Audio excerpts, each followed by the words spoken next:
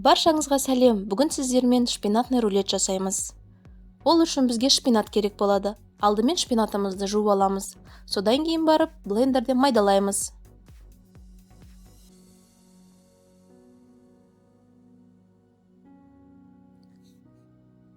Шпинатымызды бөліп салсақ, жақсылап майдаланады.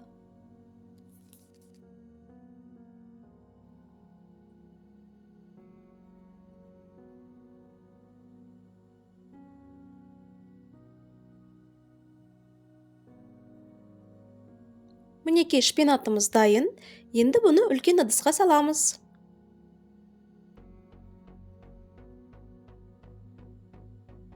Үстінен 3-4 тамшы лимон соғын сығып саламыз.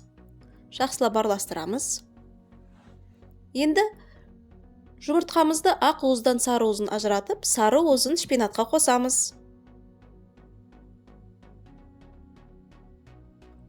Ақ уызымызға сары уызымыз түсіп кетпеу керек.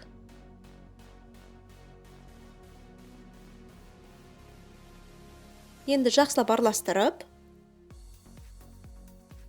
үстінен шым-шым тұз саламыз.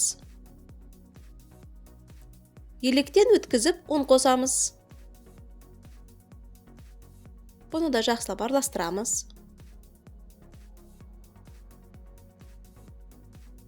Мінекей шпинатный массамыз дайын болды.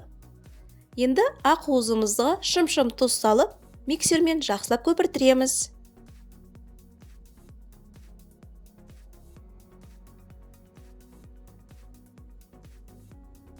Дайын болған массаны осылай тексереміз.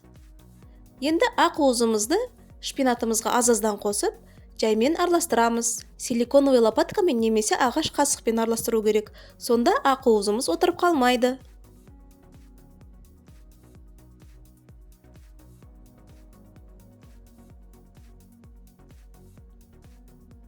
Міндетті түрде аз-аздан қосыңыз ақ уызды.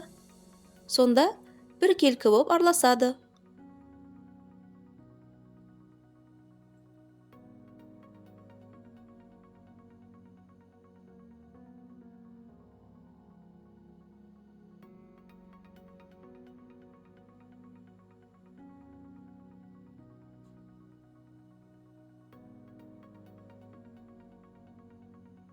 Мінекей дайын болды. Енді пергамент төселген листімізға шпинатымызды салып, жақсылап тегістейміз.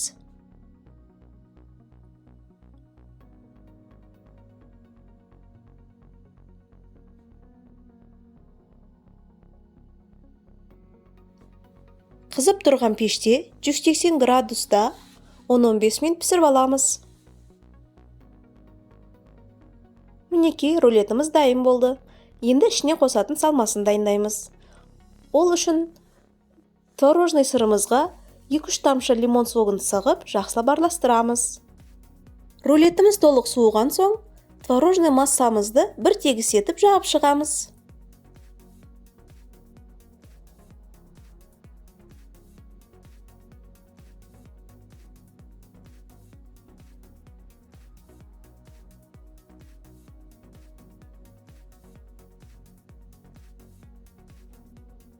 Мінекей творожный массамызды осылай бір тегіс етіп жағып шықтық. Енді семга балығымызды турап, осылай бір шетінен салып шығамыз.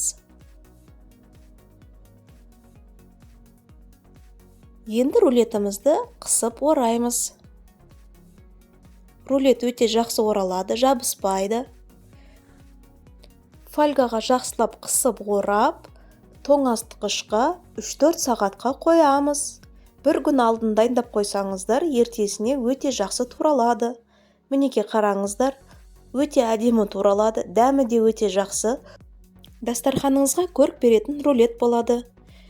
Қалған рулеттердің рецепттері менің каналымда бар. Менің каналыма тіркеліп, лайк басып, қолдап кетіңіздер. Баршаңызға ас болсын.